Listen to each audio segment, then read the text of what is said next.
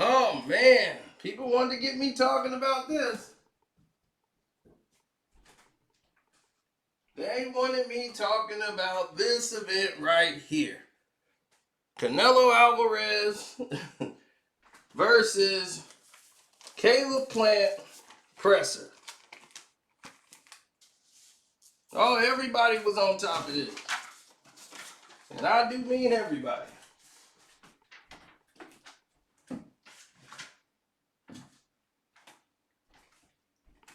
Now, here was the joke of the day. The joke of the day was Canelo Alvarez going into this tirade.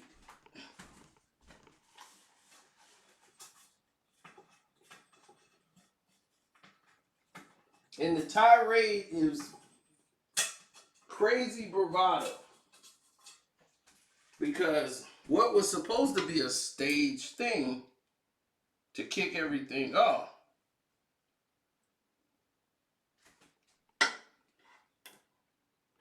it wasn't that anymore. It turned into something else entirely.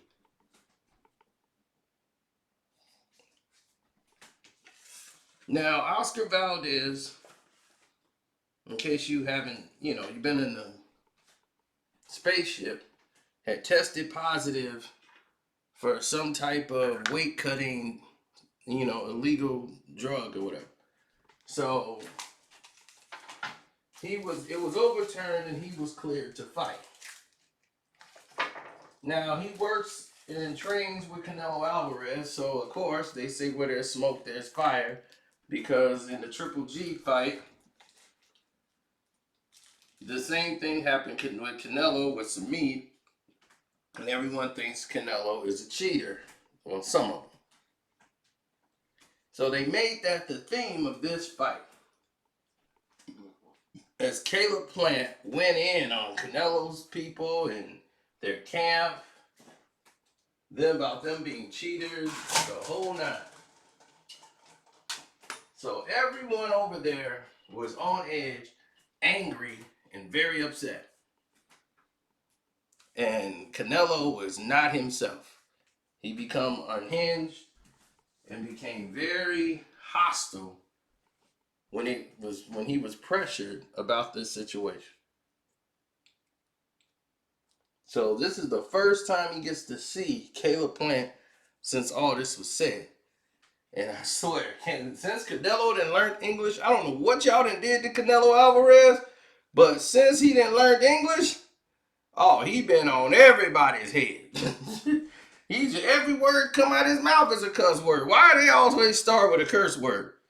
I swear, I can't speak Spanish to save my life, but I can tell you probably every curse word in the book. In Spanish.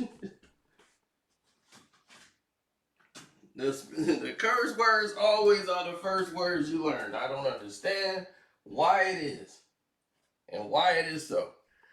So they meet face to face, and he was like, "Well, why are you mad, Canelo? I don't understand. What? You know why? You mother sucker." I like, but he was, now listening to Canelo speak English and curse is probably the funniest comedy you're going to ever hear. So if you get a chance to, definitely, and I mean definitely, find out what's going on over there.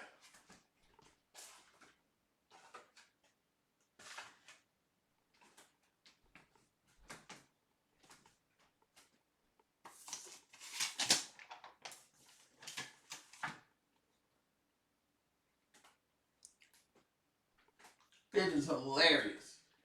I done watched it about 30,000 times listening to Canelo try to curse.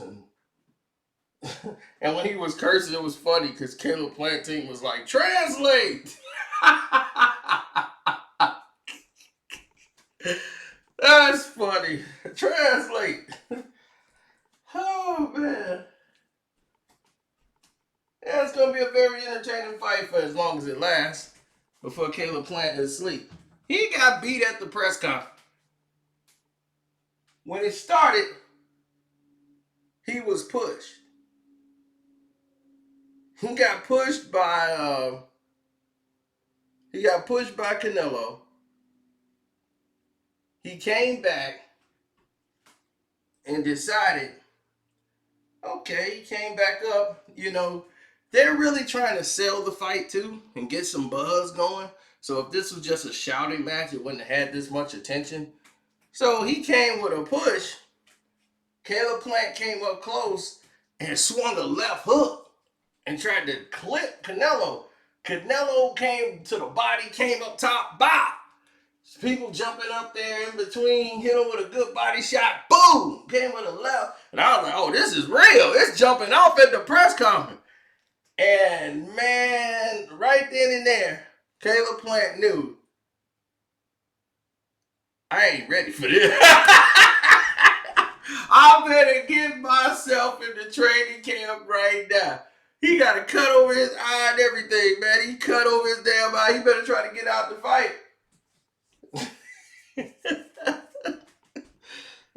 He felt Canelo power right there. He ain't got to wait. He's beat at the press conference. I watched his body language when that happened, and the security people jumping up there. He didn't want no parts of Canelo Alvarez. He was like, you know how somebody jump in front of you and they like, hey, what's up? He was glad they were there. He was like, thank you. Who else? Okay, is that enough people? Damn. Man, that's like fighting a brick. Man, I tried to sucker him, man. And that was a bad idea. Man. Dude, man, this is going to be a real interesting fight. Canelo going to really try to hurt this man. And he will succeed. He going to knock him right in his girlfriend's lap. She's going to, and then, but Plant is really doing well. They be like, Trick, shut up. You sleeping with him. Yeah. Oh, here he comes. Oh, he falls right in lap.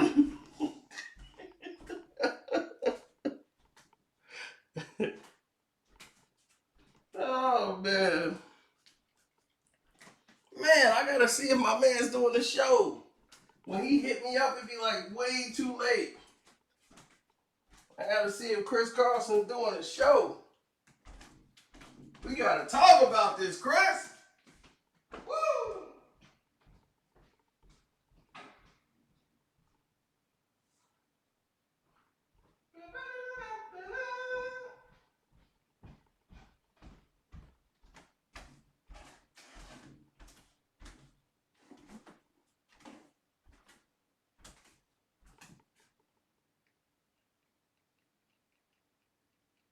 Yeah, man, I had to walk down the hall and get my phone. I'm like, is there a show? What's going on tonight? I need to know.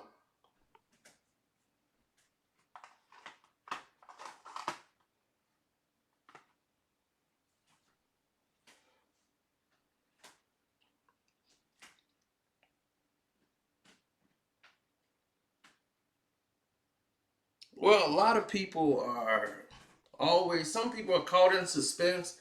Other people are not caught in suspense. And 1 minute you're doing great, 1 minute things are rolling, and the next minute you're not doing so well. But the press conference is where a lot of fights are won and lost. You could break somebody's concentration, you could break their cool, but it's not a good idea to get Canelo Alvarez mad.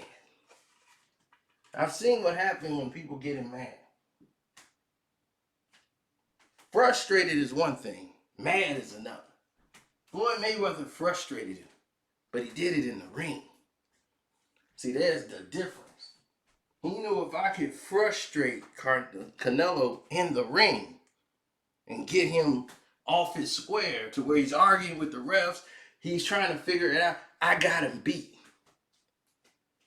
And that's what happened. He got him beat mentally. And then, after he beat him mentally, the physical was next to come.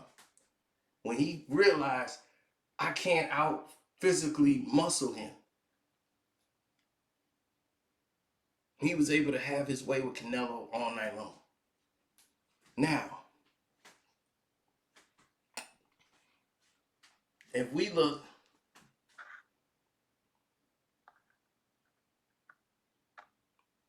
at the other part of the scale, what is to be gained and learned by this?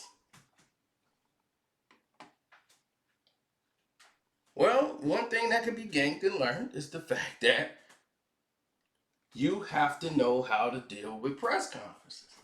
All that testosterone energy, you got everybody else pumped up. They want to fight.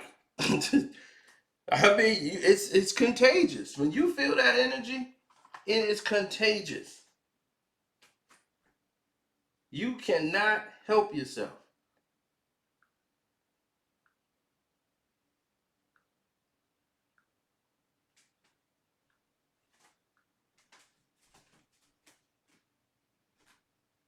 So when you got good spirits around you,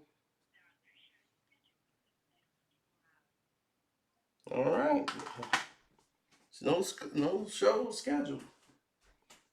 But when you got good spirits around you, these will be the results. Always. When you have bad spirits around you, then, we've seen what happened when bad spirits show up. Bad energy. Problem at like Ricky Hatton and Mayweather. The press conference, the final weigh-in is where he got broke. He got broke at the weigh-in. Victor Ortiz was broke from the doggone weigh-in with Floyd and the presser. When Floyd was able to put his hands around Victor Ortiz's neck and nothing happened, showed him he could do what he wanted to do with Victor Ortiz. It's a lot of ways you could psychologically break an opponent.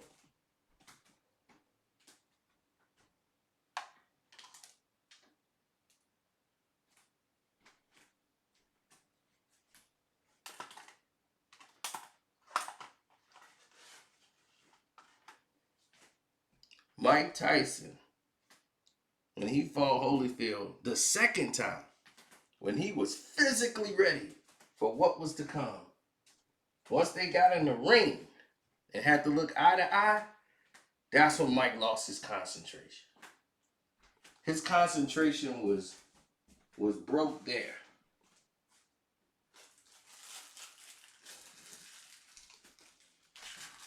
All of a sudden, doubt,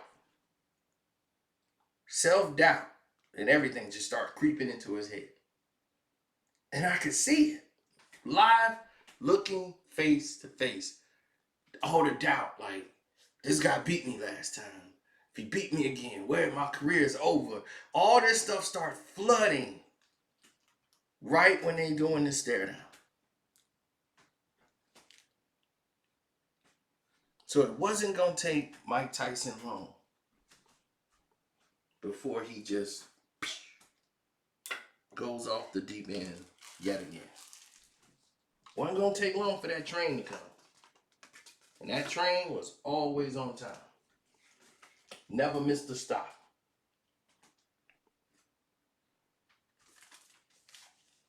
Now I want to say a shout out to at 78 Sports TV, at Blood Boxing, and D Style Boxing, at Chris Carlson for Rope It Up Radio, at Boxing Socialist. So many people out there. Joe Habib. Don't know many of their shows. So many out there. Shouts out to Fight Hype, of course. At Fight Hype, they came a long way.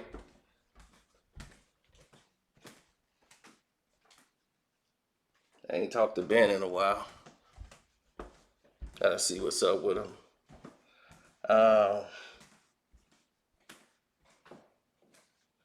Man, it's a lot of things going on. It's kind of crazy right now, but Yeah, when you think about it, it's a lot of stuff going on.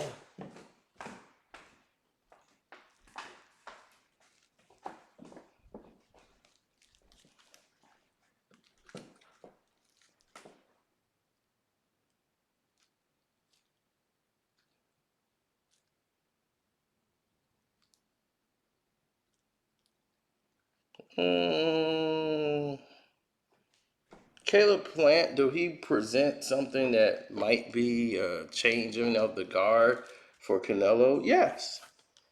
Canelo has fought a certain type of fighter. Like he's fought a good dose of the same type of fighters. Most of the fighters he fought were flat-footed. They didn't have any imagination when it came to fighting. They were just come forward guys who could either hit real hard or they couldn't hit hard enough. So that style was never going to beat a Canelo Alvarez.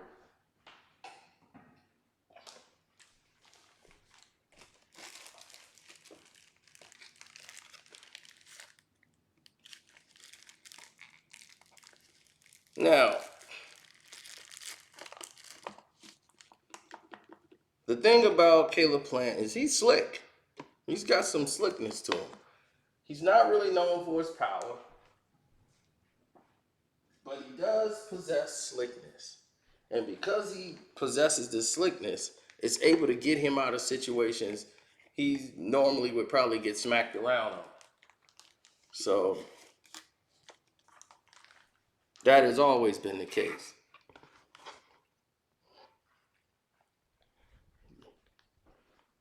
Now, for me, it's different. I've always looked at situations from the inside looking out.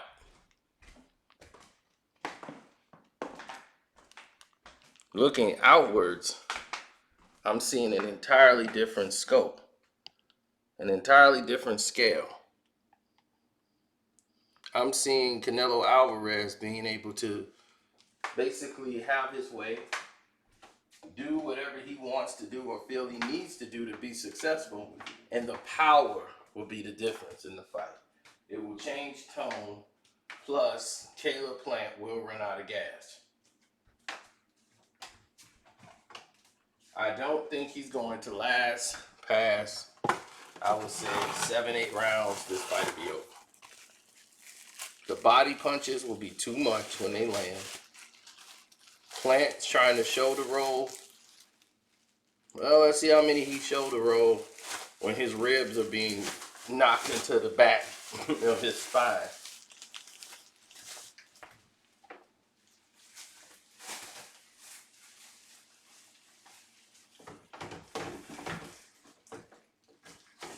Canelo is unlike anybody Caleb Plant has faced.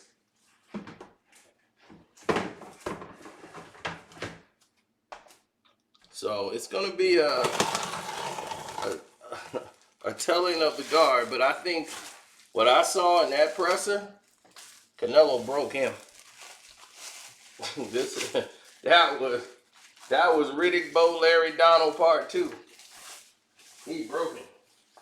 And I don't know if they can fix him back together again and get him ready for November. He's going to be like a slab of meat in a Rocky movie.